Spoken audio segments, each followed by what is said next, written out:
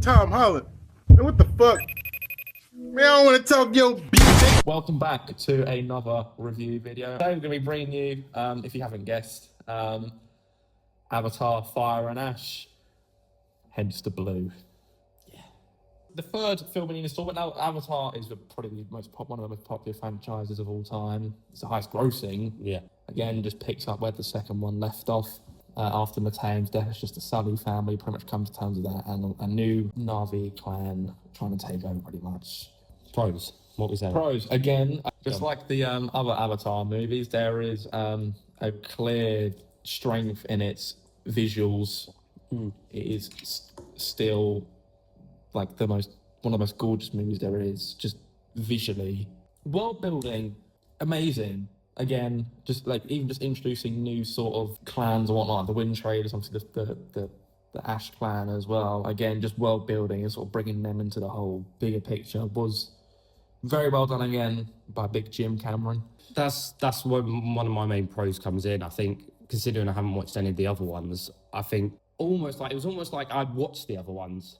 Like the way it put me into the story and introduced me to the characters, I feel like I'd watched the other ones. I feel like it told me what I needed to know about them before then going on to this story. And I thought that was quite good. That's something I definitely picked out. After we've had the bit where it kind of sets them up and you get to understand kind of what their mission is, what's happening.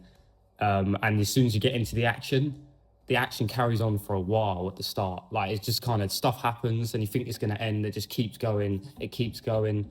I liked how all the story, there was one main story. There wasn't like tons of like stories dragging off the main one.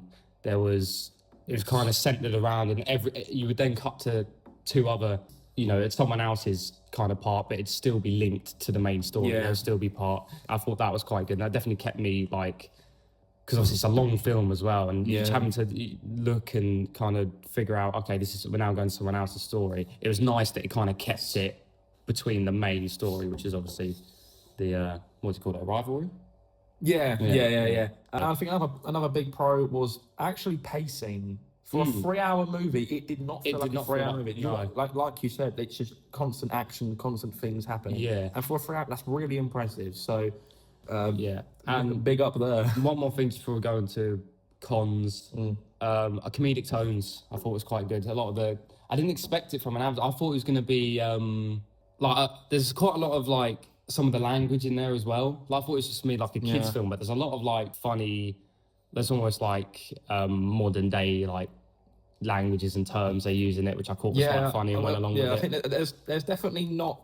It's definitely not like thrown at you like some other like sort of big blockbuster It's not movies there forced, are. yeah. There's honestly not much of it, but it's done well when it is used. But but we'll get on to the cons. I'll let you start. Do you want to start? The kind of first bit to like the middle of the film, and maybe just beyond that, where it was just constant action, was really good. But I think where it got to the end, it slowed down a lot. That's the one I found myself at the end, like thinking, like I kind of knew where it was going to go, and it was sort of dragging. Not really. I didn't do it too long. I think it went on for any longer, it would have felt a bit long. So yeah, up until like the end, the pacing's good as we said, but I think just the end, it's not as consistent as the start. I think the ending as well is ending's a little bit predictable. Did you like the ending? I think just from watching the other two, this is where my main con is. It was very repetitive from the first two. Of course, you haven't seen the other two, but pretty much it is the exact same. There's a big final battle. Their kids get kidnapped by Quaritch, whatever. Then there's a standoff. Then they get kidnapped again. Then they get kidnapped again.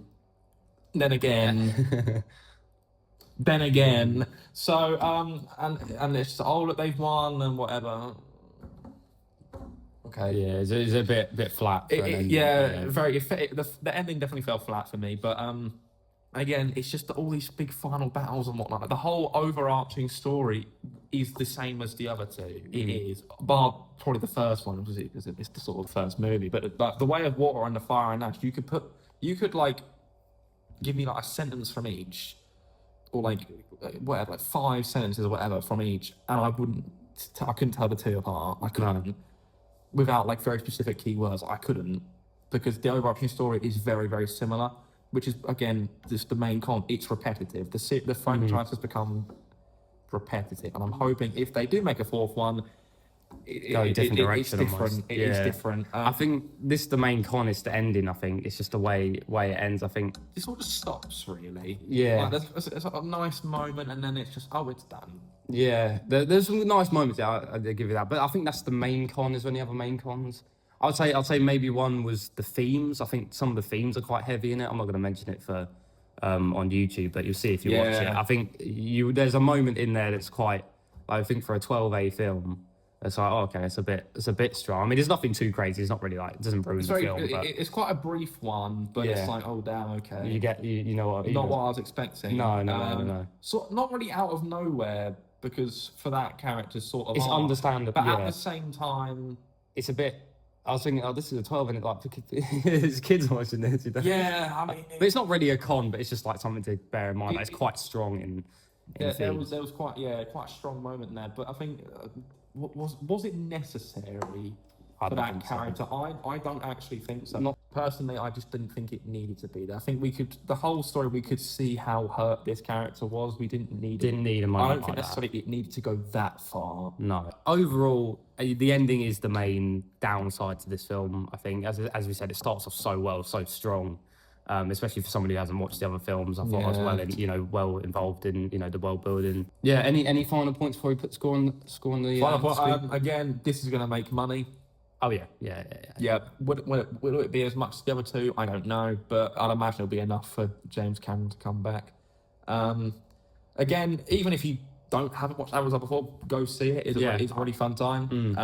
But other than that, go form your own opinions. Again, we'll put the score up on the screen now for you, and that's pretty much it. But again, thank you for watching, guys. We'll keep bringing you cinema the way you like it, and that's pretty much it from us. So we'll see you next time.